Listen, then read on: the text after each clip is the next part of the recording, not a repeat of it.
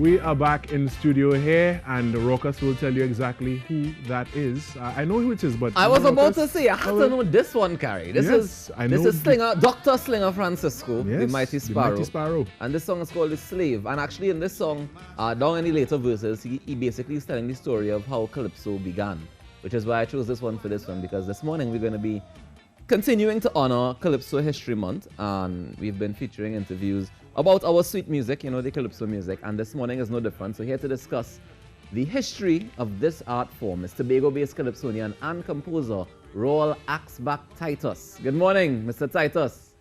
Good morning, sir. How are you? I am good. How are you doing this morning? Very good, thank God. Nice. So tell us a bit about yourself. I understand you started back in Best Village. I did. Actually, my entrance into Calypso came through the Best Village Forum, you know. Mm-hmm. I used to write for very early Calypsonians. That was when Calypso tents began in Tobago. There was one in Roxborough, one by a place called Joe Philip in Mountain George, and there was one in Payton Hill, the Big George restaurant. Mm-hmm. And, you know, I was always around, I was always involved. And after I started composing Calypso for singers in Best Village, I decided sometime along the line to throw my hat in the ring.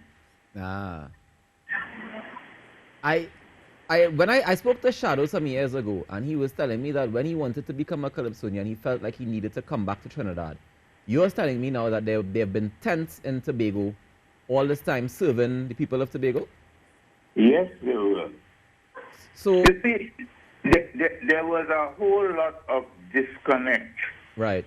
And of course, you see what TTT is doing now? I think it's very important because we have to understand that we must get the information from wherever. Yeah. I agree 100%. Yeah, that was not happening. So many people did not know of activities that took place in Tobago, and right, especially in Eastern Tobago.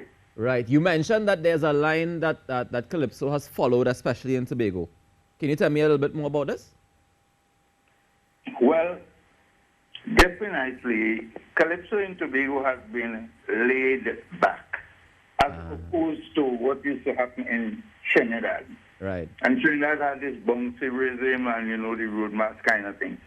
In the Tobago Calypsonian, I believe coming out of a family background, coming out of a love for Tobago, a concern for whatever was happening insofar as it affected Tobago, would have influenced the nature of many compositions.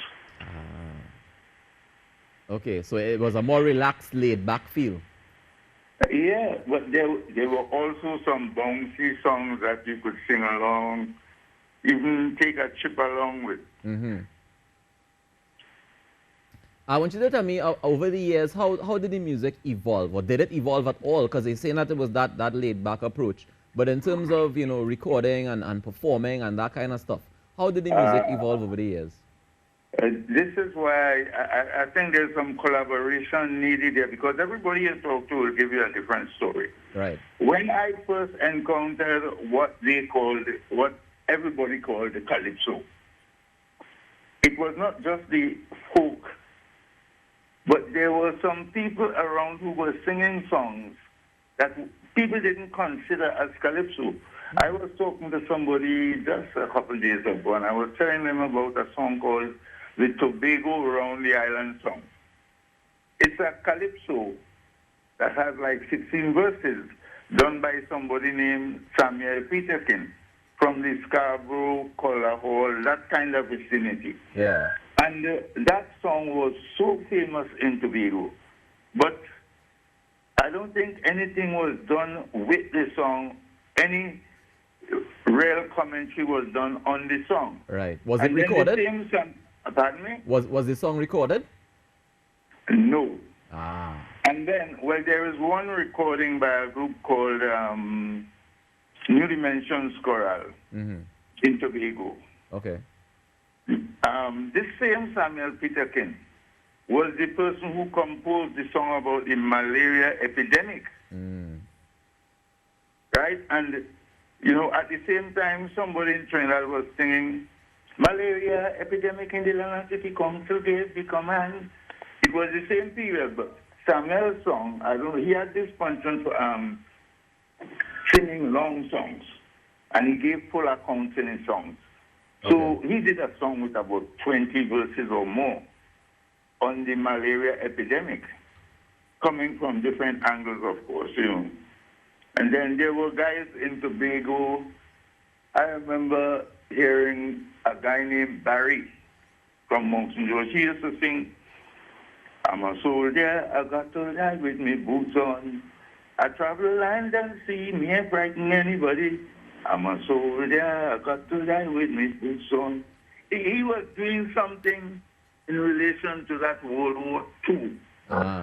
When the Zeppelins used to be flying around. And he even did a song on the Zeppelins, you know.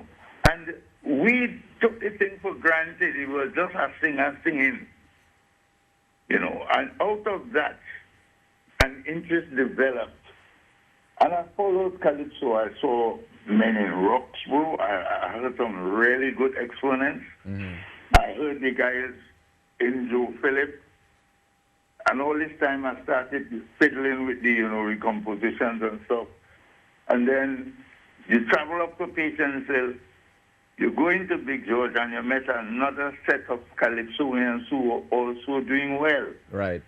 You know, and what I observed about all of the singers is that everyone composed his own song.